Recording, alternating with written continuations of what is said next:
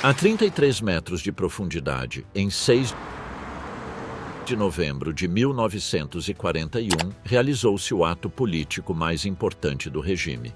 Mayakovskaya, a estação do metrô de Moscou, transformou-se em tribuna, o busto de Lenin à frente, retratos oficiais nas colunas e a plataforma convertida em salão cerimonial. A mensagem era muito clara. Mesmo que a capital sofresse ataques da Wehrmacht e bombardeios da Luftwaffe, o comando continuaria operando das profundezas.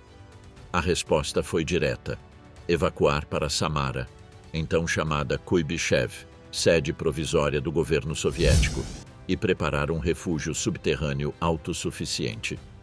Moscou transformou parte do metrô e de seus porões em áreas de comando. Kirovskaya foi fechada ao público e o Kremlin, o coração do aparato soviético, blindou os acessos à rede subterrânea. Quantos trechos ficaram fora dos mapas oficiais?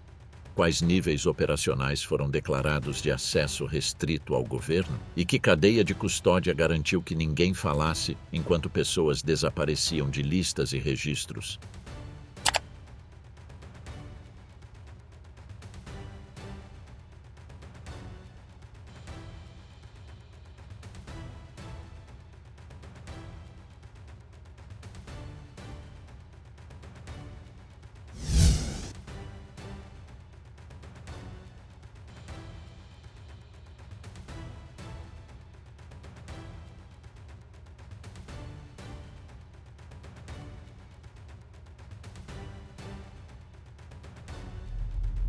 A descida de Stalin, Mayakovskaya e o plano de continuidade.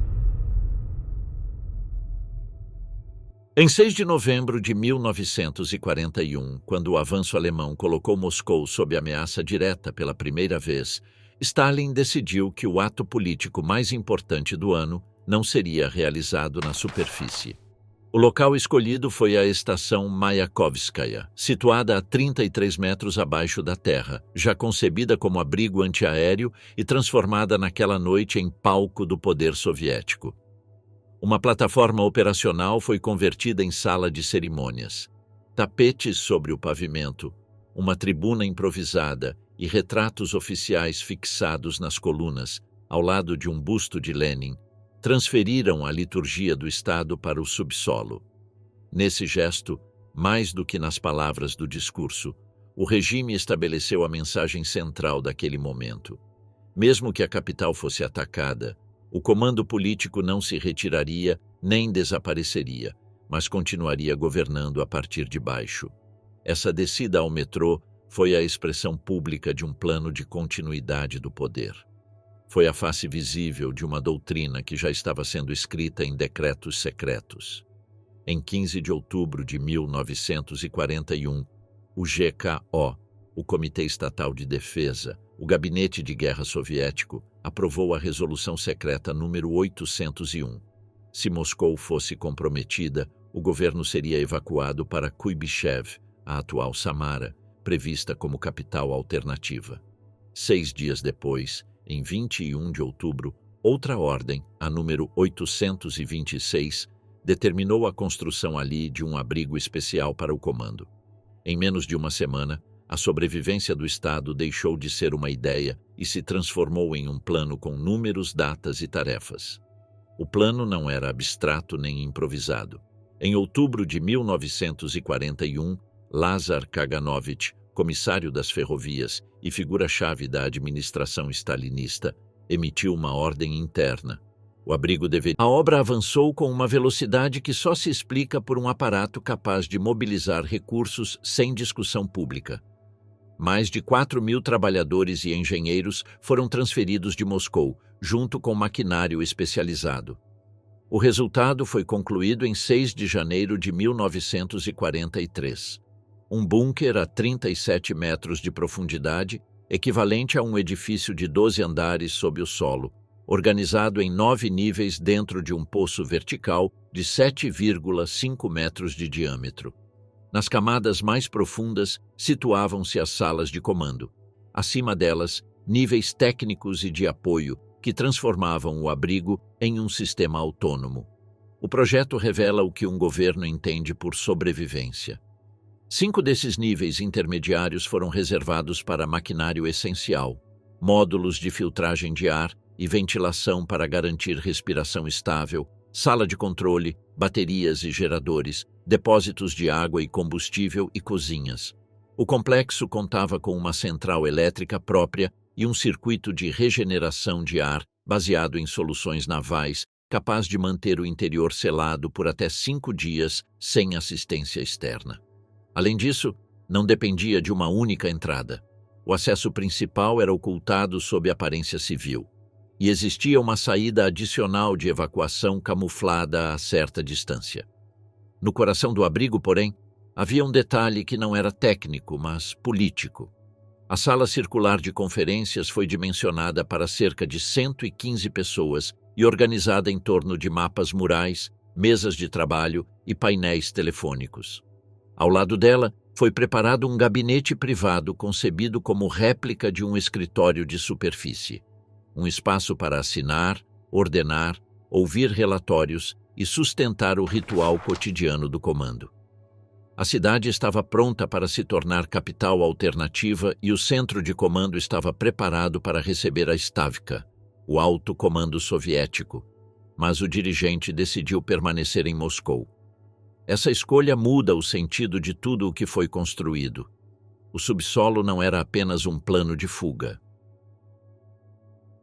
Para Samara, então chamada Kuibyshev, sede provisória do governo soviético, e preparar um refúgio subterrâneo autossuficiente. Moscou transformou parte do metrô e de seus porões em áreas de comando.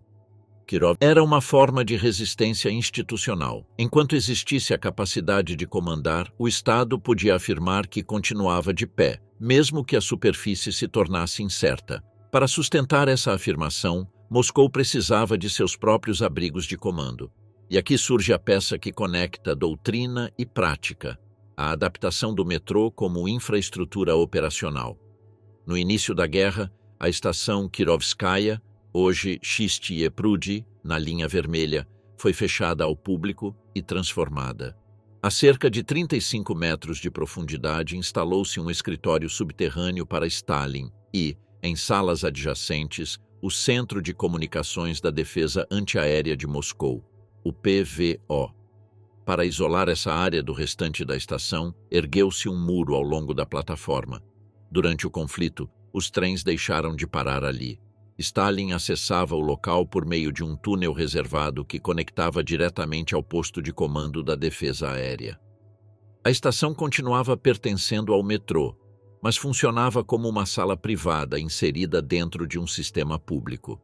Esse dado, por si só, estabelece uma fronteira clara.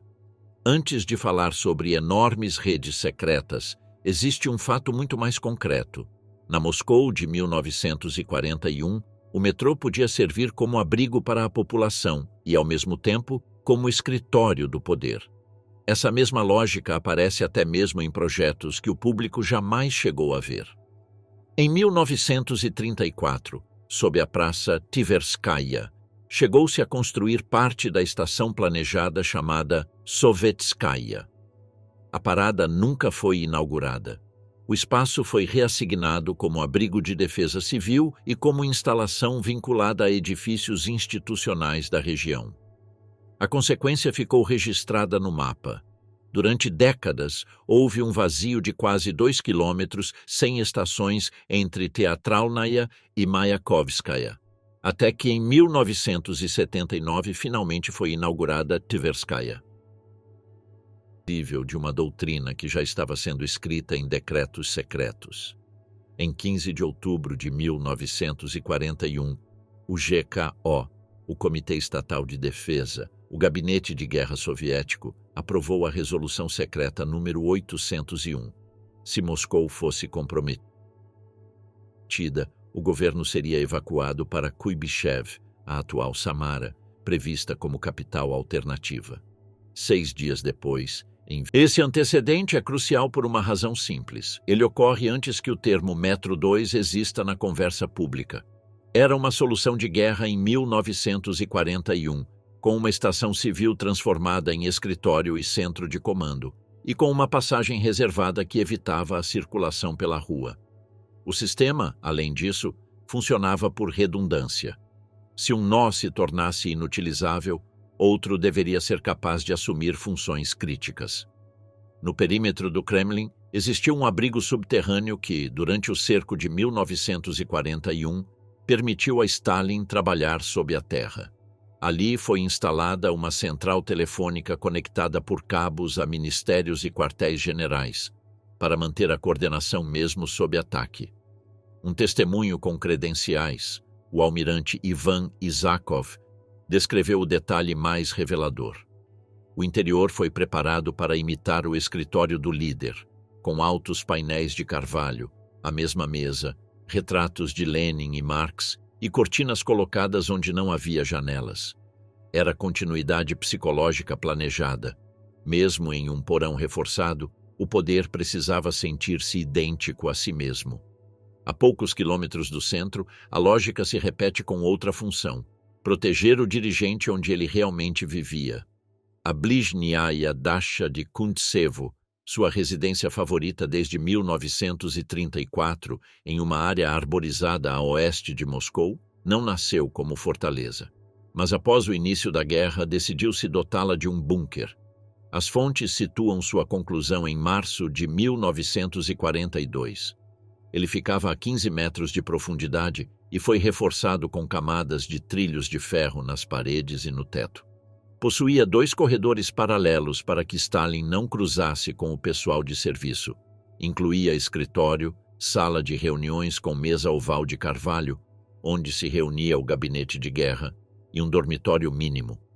Mesmo os detalhes menores mostram até que ponto a segurança se tornou uma forma de vida. A Dasha era fechada e vigiada por unidades da NKVD, e Stalin impunha hábitos que revelam paranoia operacional. Mandava cortar as cortinas das janelas para que ninguém pudesse se esconder atrás delas. Ouvir relatórios e sustentar o ritual cotidiano do comando.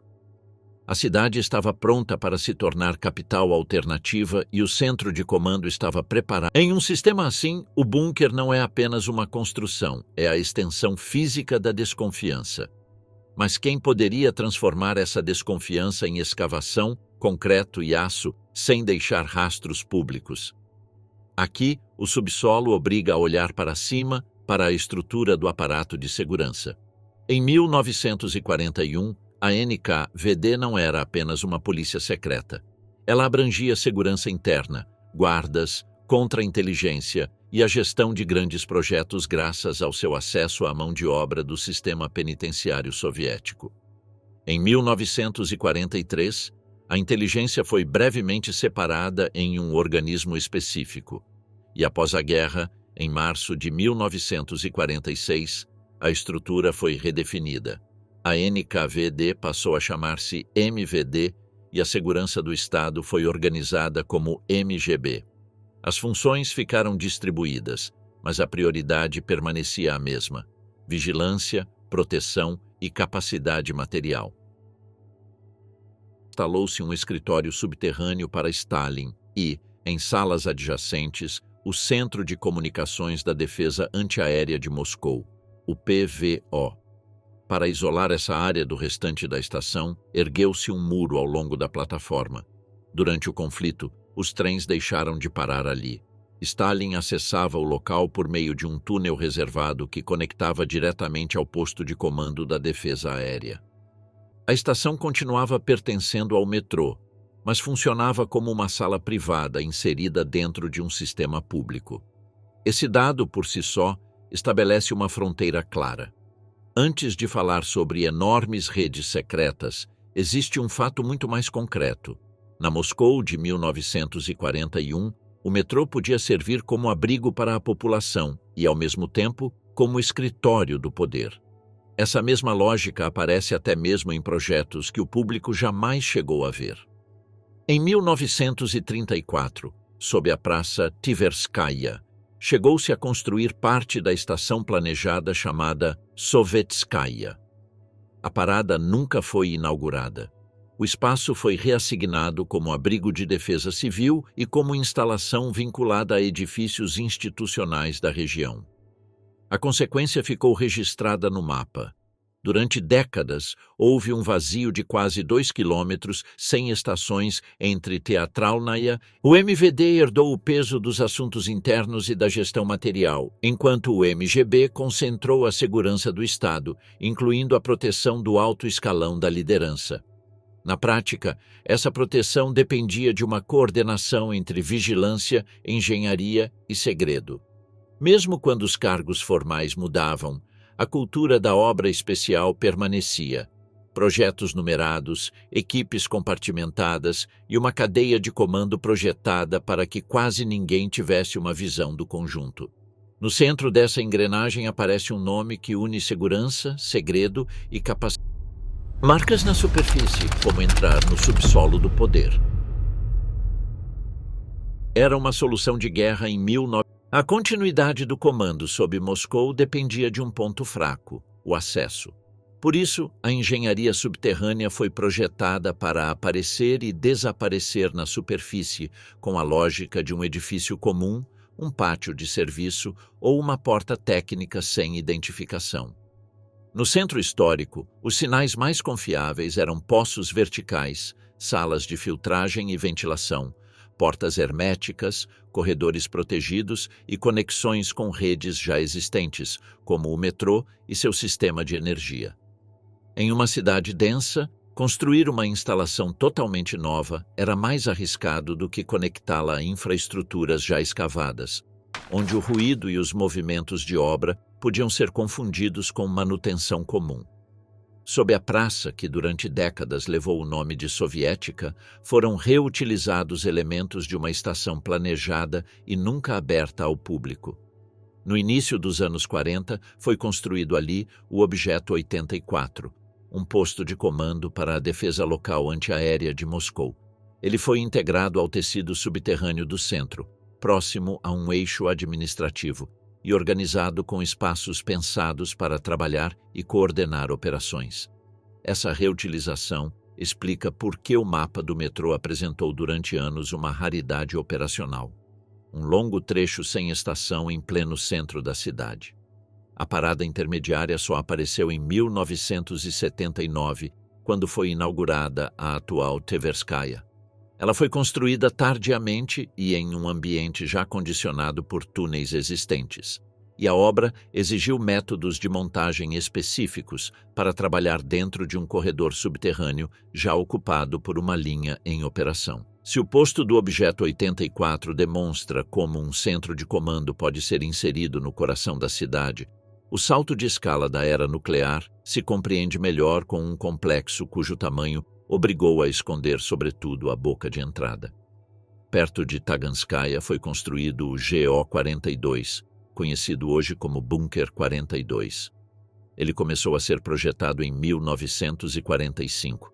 Teve seu desenho técnico finalizado em 1947 e entrou em construção no início dos anos 50, com o mesmo método utilizado no metrô. O bunker não é apenas uma construção, é a extensão física da desconfiança. Tubos de ferro fundido, anéis sucessivos e escavação por fases. Não se tratou de uma caverna improvisada. Foi escavado um sistema de 4 grandes blocos paralelos, cada um com aproximadamente 9,5 metros de diâmetro, conectados por corredores, com uma superfície total superior a 7.000 metros quadrados, a cerca de 65 metros de profundidade. O acesso principal foi resolvido com um poço vertical. Esse poço foi protegido por um cabeçote de concreto projetado para resistir à onda de choque e manter o alinhamento do eixo. A parte visível foi camuflada como um imóvel funcional. A descida interna foi organizada com uma escada de 310 degraus, distribuída em 18 lances, e um elevador de serviço para equipamentos e carga. A obra foi oficialmente aceita em 1956 e transferida para a defesa. O conjunto ficou preparado para operar como posto de comando e, sobretudo, como nó de comunicações. Nesse ponto surge o detalhe que define o objetivo real dessas instalações. Não bastava resistir sob a terra, era necessário continuar comandando. No GO-42, concentrou-se equipamento de transmissões em escala industrial, com salas dedicadas à ligação e comutação, alimentação elétrica própria por meio de geradores a diesel e sistemas de ventilação capazes de operar em regime fechado. A autonomia foi assegurada com reservas internas e infraestrutura para sustentar turnos de pessoal e funcionamento contínuo sem depender da superfície. A chave narrativa, porém, volta a ser o acesso. Um complexo desse tipo não podia se denunciar com entradas evidentes. Por isso, o padrão se repete: superfície discreta, controle de passagem e uma descida que, vista de fora, podia parecer um armazém, um escritório técnico ou um pátio de manutenção. Esse mesmo padrão reaparece com outra finalidade em um segundo caso ainda mais revelador, porque foi construído para custodiar civil e como instalação vinculada a edifícios institucionais da região. A consequência ficou registrada no mapa. Durante décadas, houve um vazio de quase 2 кілометри. Поруч із Павелецькая було збудовано бункер 703, також відомий як CHZ-703, об'єкт глибокого укріплення, виконаний із залізобетону та облицьований чавунними сегментами, подібними до тих, що використовувалися в тунелях метро. У 1952 році в мережі метро почали підготовку системи фільтрації та вентиляції для захисту від нових видів зброї. Одна з цих виробок була завершена як глибока порожнина, але передбачену установку так і не завершили, і простір залишився без оперативного використання. У 1961 році його перетворили на елемент іншого критично важливого ланцюга – захищене сховище документації Міністерства закордонних справ. Офіційне прийняття об'єкта було завершено 10 листопада, і комплекс залишався в експлуатації до січня 2005 року, коли прорив підземних вод змусив терміново евакуювати фонди та поставив під загрозу умови їхнього зберігання. Було зведено комплекс із 3 будівель за кам'яною стіною з внутрішнім подвір'ям. Найбільша будівля приховувала головне – вантажний ліфт, сходи, вентиляцію та контроль доступу. Під цим подвір'ям спуск організовано у 2 рівні. Одна шахта спускається на 11 метрів, інша – на 40 метрів. Їх з'єднує броньований коридор довжиною 30 метрів, що завершується захисними дверима вагою 10 тонн. Нижній рівень було організовано як єдину вісь переміщення, призначену для транспортування коробок і справ без перетинів. Поздовжній коридор, що вів до 2 архівних залів довжиною 34 і 39 метрів. Збереження документів розглядалося як технічне завдання, було встановлено кліматичну установку на 2 рівні для стабільного контролю температури та вологості, а весь комплекс підключили до електропостачання через підстанцію, пов'язану з мережею метро. Безпеку вирішили за тим самим принципом, що й доступ. Пряме з'єднання з тунелем було залито бетоном, залишивши лише необхідні комунікації, щоб архів міг функціонувати, не відкриваючи прямого маршруту до публічної інфраструктури. A parada intermediária só apareceu em 1979, quando foi inaugurada a atual Tverskaya. Ela foi construída tardiamente e em um ambiente já condicionado por túneis existentes, e a obra exigiu métodos de montagem específicos para trabalhar dentro de um corredor subterrâneo já ocupado por uma linha em operação. A segurança foi resolvida com o mesmo critério aplicado ao acesso. A ligação direta com o túnel foi selada com concreto após manter apenas as conexões indispensáveis, de modo que o arquivo permanecesse operacional sem expor uma rota direta para a infraestrutura pública. O antigo Hotel Rossiya, construído entre 1964 e 1967 em Zariadye, funcionou durante décadas como cobertura urbana de alto controle, um volume maciço ao lado do Kremlin, com perímetros, acessos e pessoal de segurança integrados à própria operação diária. O hotel operava em números de grande escala, cerca de 3.000 quartos, e essa magnitude tornava normal o fluxo constante de suprimentos, manutenção e áreas restritas sem levantar suspeitas. A demolição do Hotel Rossiya em 2006 revelou galerias projetadas para permanecer invisíveis, e confirmou que o subsolo estratégico dependia de coberturas urbanas para não se denunciar. A incógnita desloca-se então para o oeste, em direção a Ramenki, um distrito do sudoeste de Metro 2 e D6, operação ferroviária sob custódia. Tote de concreto projetado para resistir à onda de choque e manter o alinhamento. Entre 2007 e 2008 foram formalizados 2 ciclos de formação ferroviária destinados à unidade militar 95006. Primeiro, 7 maquinistas e depois 6, com contratação associada ao suporte de material rodante. Esse número de 13 condutores treinados em 2 anos define uma operação real, porque a condução subterrânea exige habilitação específica, prática recorrente e certificação interna para operar sob protocolos de acesso restrito. A unidade 95006 ficou ligada à gestão de objetos especiais, uma categoria administrativa utilizada para infraestruturas estratégicas que não figuram no circuito civil. O sistema ferroviário reservado foi concebido para resolver 3 tarefas incompatíveis com a superfície em situação de crise: transporte protegido da liderança, mobilidade de pessoal técnico e conexão entre... A escala humana introduz outra condição. O subsolo não é concebido apenas para ocultar, mas para sustentar vida e comando por longos períodos, com ciclos de ar, energia e logística interna. A circulação ferroviária foi organizada em torno de um corredor principal de via única, o que impõe operação por autorização e por janelas de passagem, com setores de espera e desvios planejados para que comboios curtos não se cruzem em túneis de seção limitada. Esse desenho reduz escavação, limita bifurcações e restringe pontos de exposição. 3 vantagens decisivas, quando a prioridade é manter o traçado operacional e discreto.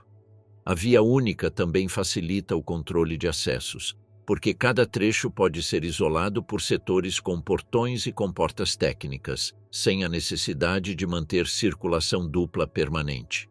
O sistema de ventilação foi inicialmente planejado com 5 captações remotas. O plano foi reduzido para 3 e a execução concentrou-se em 2 captações principais. Essas 2 captações foram identificadas como DV1 e DV2, dimensionadas para alimentar túneis e câmaras técnicas em regime controlado. A capacidade dessas captações situava-se entre 600 mil e 800 mil metros cúbicos por hora, um fluxo de escala industrial que responde a uma necessidade concreta: manter a atmosfera respirável, dissipar o calor dos equipamentos e estabilizar a pressão em um sistema compartimentado. DV2 foi conectada à linha profunda do metrô, construída no pós-guerra, o que permitiu integrar ventilação e suporte técnico com setores reforçados da infraestrutura subterrânea. DV1 ficou vinculada a um duto de suprimento de ar entre Matveyevskaya e o corredor profundo de via única, criando um eixo ocidental de respiração técnica associado ao setor de reserva. Esse duto foi posteriormente adaptado com trilhos, um detalhe que explica uma confusão estrutural. No subsolo de Moscou, um mesmo túnel pode nascer como conduto de ar e terminar convertido em corredor logístico, e ambos os usos deixam marcas semelhantes na superfície. Коробок і справ без перетинів. Поздовжній коридор, що вів до 2 архівних залів довжиною 34 e 39 metros. A sigla DV ficou associada à ventilação, e sua proximidade fonética com D6 favoreceu que uma infraestrutura de ar fosse interpretada como um código ferroviário, reforçando a mistura entre nomenclaturas operacionais e rótulos populares. Foi definido um enlace técnico entre a linha Sokolnicheskaya, a linha vermelha, e a Koltsevaya, a linha circular, para transferir ar de setores profundos reforçados para trechos protegidos, evitando seções mais vulneráveis construídas nos anos 30. Essa redistribuição descreve uma arquitetura em camadas. Não se transporta apenas pessoal, transporta-se também estabilidade ambiental para sustentar ocupação prolongada em mais de um nó. A cadeia de custódia foi estabelecida em estruturas de segurança desde a era soviética. No final dos anos 60, DV1 e a infraestrutura associada, incluindo o corredor profundo de via única, ficaram sob controle do KGB, o Comitê para a Segurança do Estado, com modificações de conexão à linha vermelha e reforços de proteção na superfície. Nesse perímetro foi projetado um suporte logístico blindado por meio de um hangar reforçado com capacidade para 10 veículos de transporte de pessoal. Um indicador de planejamento que integra mobilidade subterrânea e deslocamento na superfície sob proteção. Em 5 de janeiro de 1994, o organismo responsável pelos projetos específicos foi transformado na Direção Principal de Programas Especiais do Presidente, uma entidade concebida para manter uma base de mobilização documentada e um sistema de instalações especiais. Sua genealogia integrou a 15ª Direção do KGB e uma estrutura civil anterior, preservando a custódia de instalações estratégicas fora do perímetro de operação pública do metrô. O financiamento permaneceu sob dotações segregadas, um mecanismo típico de disponibilidade permanente. O sistema existe para estar disponível, não para ser exibido, e seu orçamento é protegido da lógica de rentabilidade ou turismo. Entre 2007 e 2008 foram formalizados 2 ciclos de formação ferroviária destinados à Unidade Militar 95006. Primeiro, 7 maquinistas e depois 6, com contratação associada ao suporte de material rodante.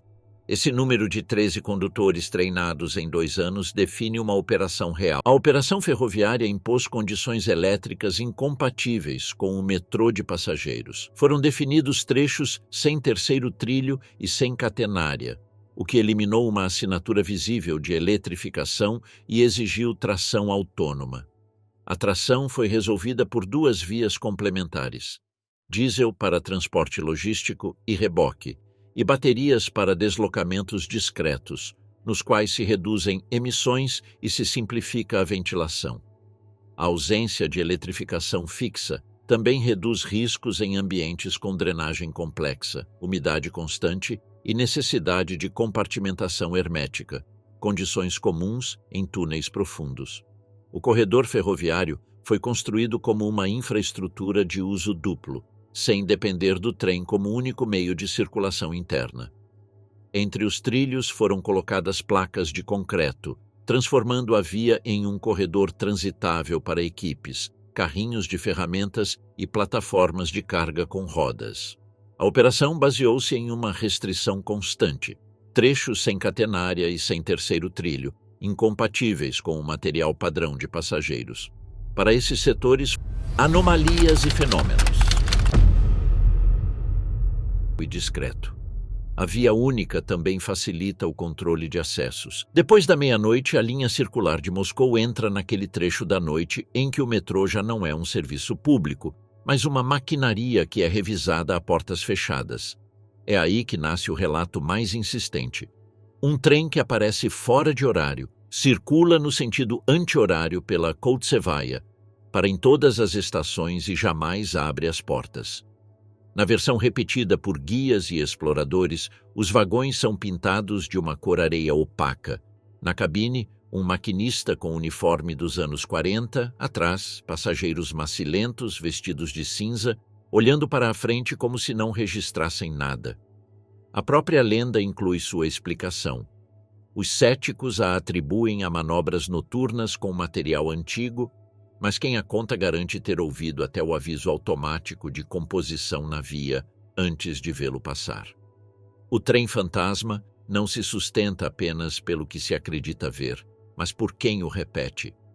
Desde os anos 90, os diggers, exploradores urbanos do subsolo, alimentam uma mitologia baseada em rotas técnicas, túneis de serviço e espaços fora dos mapas. Um nome aparece como ponte entre rumor e experiência: Vadim Mikhailov, fundador em 1990 do Diggers of the Underground Planet. A imprensa russa o retratou como alguém que busca continuidade na exploração. I wouldn't call us archaeologists. We want to explore and leave what we find in peace. O mesmo perfil jornalístico que o transformou em figura pública explica por que suas histórias parecem tão verossímeis quando ouvidas em primeira pessoa. Mikhailov cresceu perto do metrô. Seu pai era maquinista e começou a entrar ainda adolescente aos 12 anos com amigos que desciam a passagens e galerias como quem aprende uma cidade paralela. Em uma de suas primeiras grandes incursões, contam que encontraram um bunker da época de Stalin sob a Leningradsky Prospect. Ir ar de setores profundos reforçados para trechos protegidos, evitando seções mais vulneráveis construídas nos anos 30. Essa redistribuição descreve uma arquitetura em camadas. Não se transporta apenas pessoal, transporta-se também estabilidade ambiental para sustentar ocupação prolongada em mais de um nó. A cadeia de custódia foi estabelecida em estruturas de segurança. Mais tarde, em um armazém abandonado do Instituto de Oceanografia, descreveram cristais brotando do chão e criaturas preservadas em tanques de formaldeído, descobertas que soam impossíveis, até lembrarmos que o subsolo de uma capital acumula restos de laboratórios, depósitos técnicos e obras congeladas por décadas. Quando um jornalista ocidental o acompanhou no subsolo, a reportagem deixou uma cena que funciona como um micro-testemunho. Antes de abrir uma grade, Mikhailov observa a rua à procura de policiais. Já lá dentro, verifica a presença de gases com a chama de um isqueiro. Avança por corredores úmidos, cabos e galerias de esgoto e resume a mudança mental com uma frase seca que deixou todos pensativos. As regras da superfície já não se aplicam. Em túneis ferroviários, uma bússola pode tornar-se inútil sem que nada estranho aconteça. Trilhos, cabos, correntes elétricas e estruturas metálicas distorcem o campo magnético local o suficiente para que o magnetômetro leia uma perturbação mais forte do que o sinal terrestre. De fato, na engenharia, esse efeito é justamente aproveitado. Há estudos técnicos sobre localização ferroviária que descrevem como as vias geram distorções características do campo magnético, utilizáveis como assinatura de posição em ambientes onde não há sinal de satélite. Essa mesma distorção, quando vivida na experiência humana, transforma-se simplesmente em a bússola falha. A essa desorientação, soma-se outra que os testemunhos repetem com mais inquietação do que qualquer história de fantasmas: a do tempo. Debaixo da terra não existe amanhecer nem anoitecer, e o corpo perde suas referências. Quando um explorador sem rotina entra e sai em horários irregulares, a sensação pode se tornar confusa. Turnos que parecem dias, corredores que parecem sempre iguais, minutos que se alongam. A tração foi resolvida por duas vias complementares: diesel para transporte logístico e reboque, e baterias para deslocamentos discretos, nos quais se reduzem emissões e se simplifica a ventilação. A ausência de eletrificação fixa também reduz riscos em... O som, de fato, é o motor mais confiável do medo subterrâneo. As baixas frequências reverberam e se propagam. Em espaços fechados, podem ser sentidas mais do que ouvidas. No plano científico, o infrassom, abaixo de 20 Hz, é um objeto real de estudo. Ele se propaga por longas distâncias e pode atravessar estruturas, por isso é amplamente pesquisado tanto na acústica ambiental quanto na engenharia de espaços subterrâneos. Em 1998, Vic Tandy e Tony Lawrence publicaram um caso célebre no qual uma vibração em torno de 19 Hz foi associada a sensações de inquietação e percepções anômalas em um laboratório, já que o corpo interpreta sinais físicos mal contextualizados.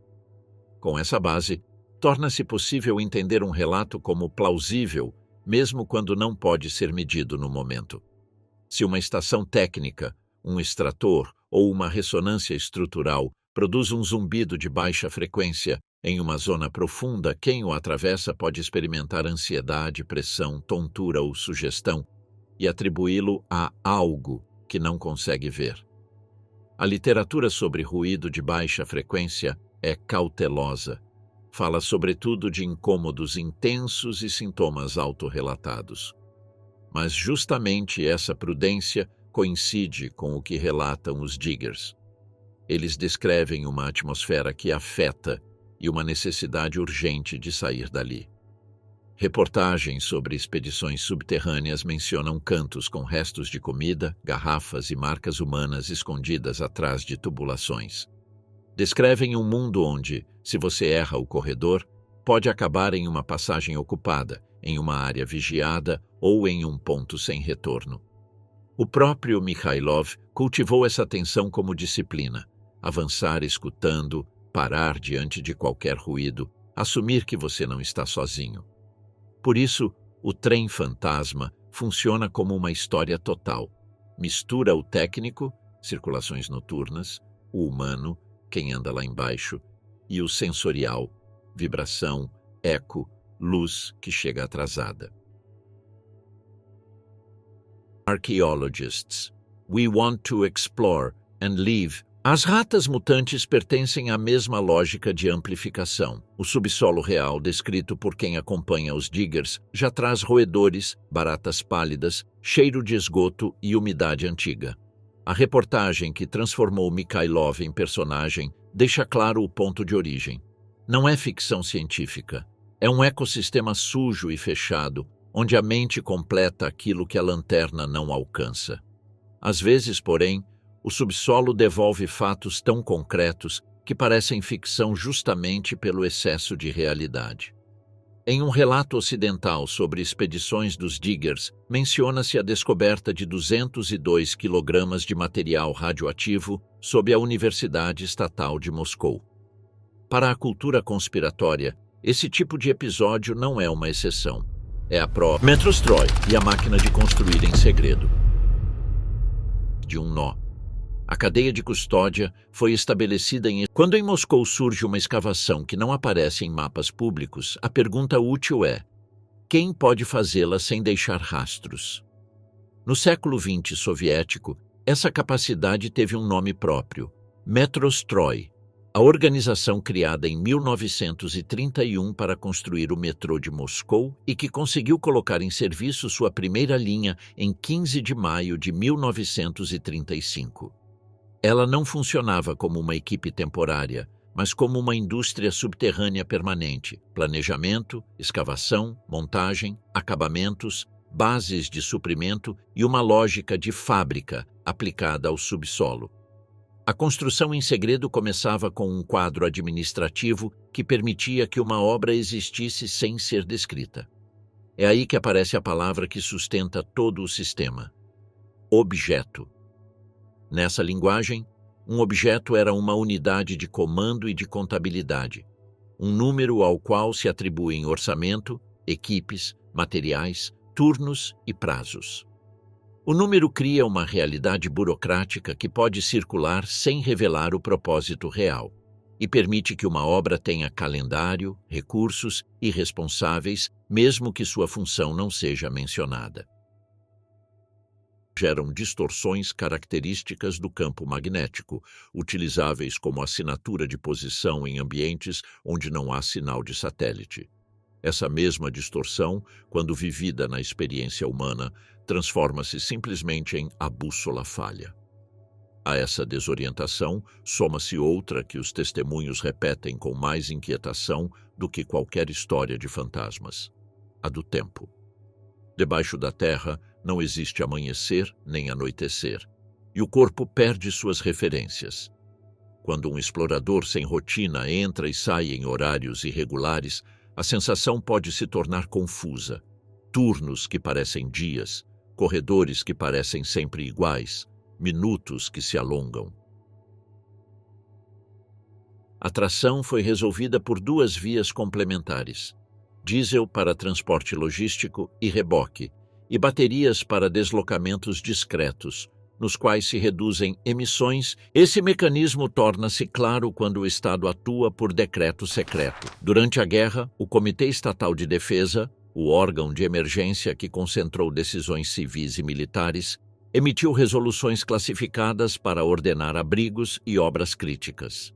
Em 21 de outubro de 1941, assinou a Resolução número 826 sobre a construção de um abrigo em Kuibychev.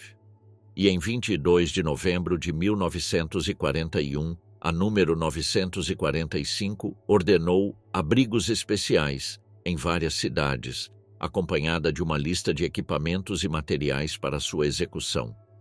Esse tipo de texto constrói a arquitetura administrativa que atribui um objeto antes mesmo de escavar. A ficha arquivística da Resolução 945 acrescenta que o documento existe em cópias de distribuição e em um exemplar original, com referência de preservação no Arquivo Estatal Russo de História Sociopolítica. Isso confirma como um objeto existe antes de se tornar físico, como papel controlado, de circulação limitada, que autoriza uma obra sem narrá-la ao exterior.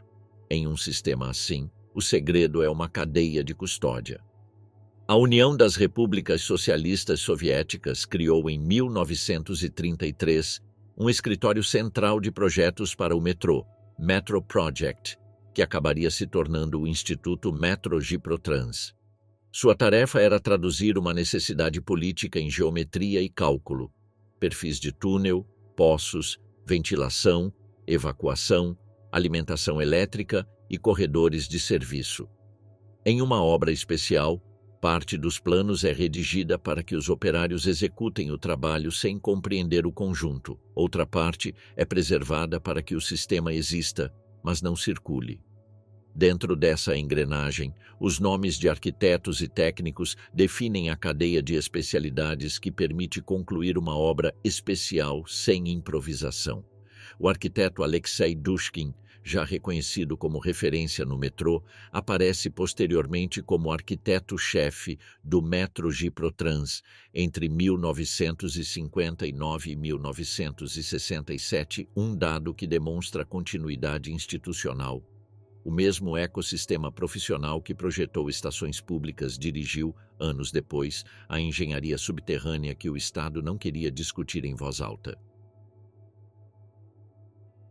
Já traz roedores, baratas pálidas, cheiro de esgoto e umidade antiga.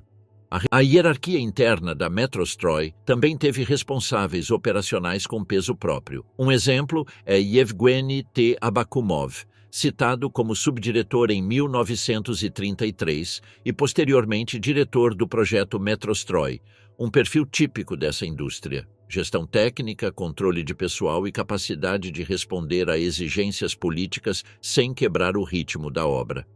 Esse tipo de figura é essencial para entender o segredo. Não basta escavar. É preciso administrar informação, disciplina e a substituição constante de equipes sem que o conjunto pare. O segredo sustenta-se com uma ferramenta administrativa que evita descrever: o objeto. Em vez de nomear um túnel pelo seu destino, ele é numerado. Em vez de escrever bunker, registra-se como unidade de construção com orçamento, materiais e data de aceitação. O número permite dividir o projeto em subpartes: poços, galerias, ventilação, energia, fechamentos, sem que nenhuma folha de papel precise explicar o propósito completo. Na prática, esse sistema funciona como um plano mental fragmentado. Cada pessoa trabalha com um fragmento coerente, mas insuficiente para reconstruir o todo. Essa fragmentação exige um guardião. No ecossistema soviético, o controle de documentação classificada concentrava-se no primeiro departamento, um escritório interno dedicado a cópias, listas e arquivamento de material sensível. Sua existência transforma o segredo em procedimento. Quem recebe os planos, quantos exemplares existem, por quanto tempo ficam fora do arquivo, quem assina a devolução e quais documentos são destruídos após leitura. O resultado é direto. Mesmo que alguém participe da obra, é impedido de acumular o mapa completo em papel.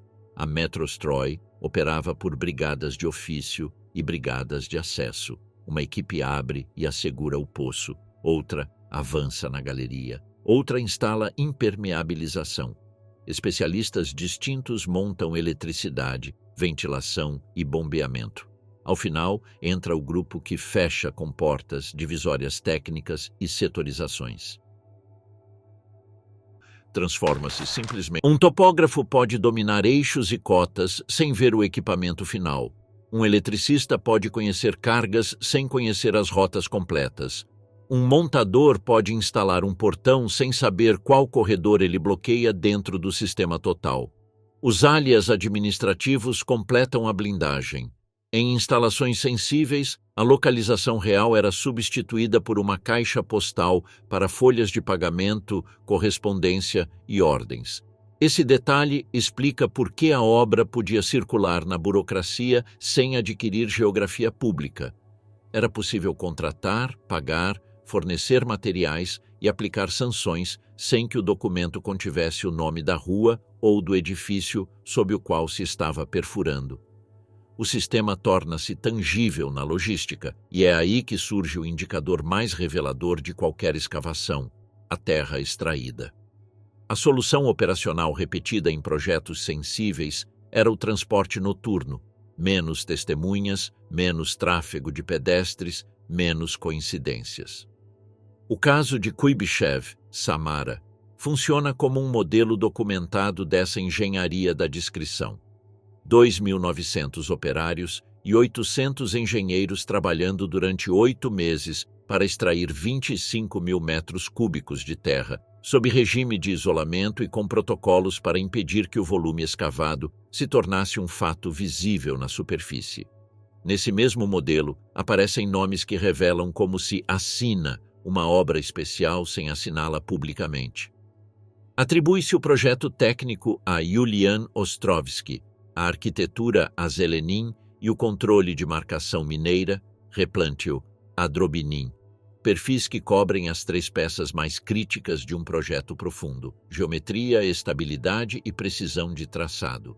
Em obras de alto sigilo, um erro de marcação expõe o projeto, obriga a refazer trechos, aumenta a atividade na superfície e multiplica o número de pessoas que acabam sabendo demais. Projetos para o metrô, Metro Project, que acabaria se tornando o Instituto Metro Giprotrans. Sua tarefa era traduzir uma necessidade política em geometria e cálculo, perfis de túnel, poços, ventilação. A Metrostroy também consolidou especialidades que parecem secundárias até se pensar em um objeto em operação. A iluminação, por exemplo, é ao mesmo tempo segurança, orientação e continuidade de trabalho. Na história do metrô, identifica-se Abram Dembski como figura central no desenvolvimento da iluminação de estações e oficinas associadas à Metrostroy, um tipo de engenharia que transforma um espaço profundo em um ambiente habitável e controlável durante longos turnos. Os arquivos de pessoal descrevem um padrão que se ajusta a uma obra projetada para não poder ser reconstruída por ninguém: rotação incomum em cargos técnicos de alto nível e expurgos administrativos que interrompem repetidamente a cadeia de memória interna. Na prática, a segurança do subsolo apoiava-se numa ideia simples: ninguém conserva por muito tempo a visão completa do sistema. A documentação interna registrava quedas sob epígrafes funcionais: sabotagem, atividade contra-revolucionária, inimigo. Fórmulas que raramente explicavam a causa real, mas cumpriam uma função clara: apagar o vínculo entre uma pessoa e o mapa que ela carregava na cabeça. Dentro dessa lógica, aparece Petrikovsky como um símbolo involuntário de como se protege um segredo industrial. Ele foi o primeiro diretor do sistema subterrâneo, e seu nome aparece em uma lista de execução datada de 20 de agosto de 1938. Essa data coincide com o período em que o NKVD elevava listas de condenados para aprovação na cúpula do poder. Nesse mecanismo, o destino não era decidido em um julgamento público, mas em um circuito fechado, onde a punição frequentemente já estava definida antes de a burocracia revesti-la de procedimento formal. As listas eram a ferramenta ideal para um Estado que precisava punir rapidamente e controlar o impacto político. Diferentemente das troicas, comissões de 3 funcionários que julgavam casos em massa, as listas eram tratadas nome por nome, encaminhadas com a assinatura dos responsáveis pela segurança diretamente ao nível onde a repressão se transformava em política de Estado. No ecossistema soviético, o controle de documentação classificada concentrava-se no primeiro departamento, um escritório interno dedicado a cópias, listas e arquivamento de material sensível. Sua existência transforma o segredo em procedimento. Quem recebe os planos, quantos exemplares existem, por quanto tempo ficam. Pesquisas sobre esses documentos destacam o detalhe decisivo. Cada nome era verificado individualmente e buscava a aprovação direta da liderança, enquanto as troicas operavam por quotas. A história de Petrikovsky fica presa nesse mecanismo. Quando um engenheiro entra em uma lista, ele deixa de ser apenas um técnico e passa a ser uma decisão de Estado. Em 20 de agosto de 1938, Nikolai Yezhov, chefe do NKVD no auge da chamada Yezhovshchina, apresentou a Joseph Stalin pacotes de nomes para aprovação. Esse verão marcou o final do pico repressivo e o início da transição interna que levaria Lavrent Beria a substituir Yezhov na direção da polícia secreta. Nesse cruzamento de poder, as obras especiais tornam-se ainda mais sensíveis. O que existe sob Moscou não é apenas infraestrutura, é a continuidade do comando político e militar. Qualquer pessoa que conheça conexões, acessos e rotinas passa a representar um risco para a administração do segredo. É nesse ponto que Petrikovsky desaparece da história, como alguém que viu mapas demais ao mesmo tempo. Um diretor do sistema subterrâneo, na fase em que o metrô e suas ramificações estavam sendo definidos, não administrava apenas equipes de obra, administrava nós, itinerários, entradas técnicas, pontos de ventilação, centros de energia e, sobretudo, os lugares onde a infraestrutura civil se cruzava com a reservada. Entre 1937 e 1938, quando Stalin ordena prisões em massa, até mesmo em plantas estratégicas e grandes obras, o conhecimento técnico deixa de ser mérito e passa a ser vulnerabilidade. A acusação de sabotagem oferece a justificativa perfeita. Explica a punição sem admitir que o verdadeiro objetivo era desconectar uma pessoa do mapa completo. Em sistemas baseados em listas, o processo torna-se deliberadamente opaco. Conserva-se o mínimo de registro necessário para justificar a ação e bloqueia-se tudo aquilo que permitiria reconstruir a motivação real. Se o projeto técnico a Yulian Ostrovsky, a arquitetura a Zelenin e o controle de marcação mineira, Replantio, a Drobinin, perfis que cobrem as três peças mais críticas de um projeto profundo: geometria, estabilidade e precisão de traçado. Em obras de alto sigilo, um erro de marcação expõe o projeto, obriga a refazer. O desaparecimento de Petrikovsky funciona como aviso interno. A mensagem para os que continuam escavando é clara e silenciosa.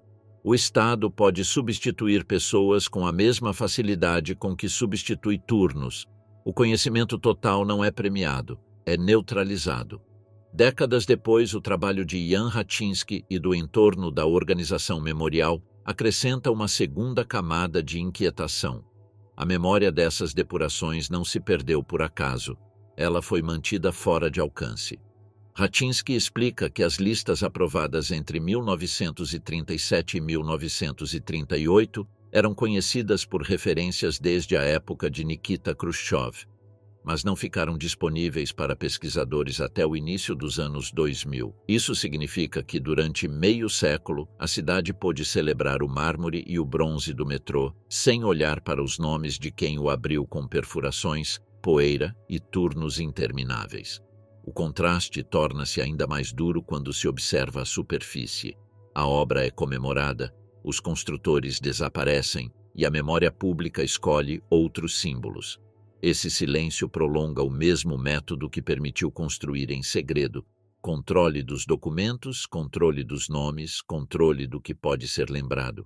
Nesse quadro, Metrostroy surge como uma máquina de duas velocidades, mesmo sem explicações oficiais. Uma velocidade visível que inaugura estações com datas, discursos e arquitetura monumental. Outra invisível, que produz objetos numerados, planos em circuito fechado, brigadas compartimentadas e substituição constante de pessoal. Petrikovski ocupa o ponto mais inquietante dessa engrenagem. Não apenas como vítima isolada, mas como evidência de que, em Moscou, o segredo do subsolo também foi construído com biografias interrompidas. Se você gostou do vídeo e quer ver mais documentários como este, inscreva-se no canal e ative o sino de notificações. Assim você não perde os próximos episódios. Fechado, onde a punição frequentemente já estava definida antes de a burocracia revesti-la de procedimento formal. As listas eram a ferramenta ideal para um Estado que precisava punir rapidamente e controlar o impacto político. Diferentemente das troicas, comissões de 3 funcionários que julgavam casos em massa, as listas eram tratadas nome por nome, encaminhadas com a assinatura dos responsáveis pelas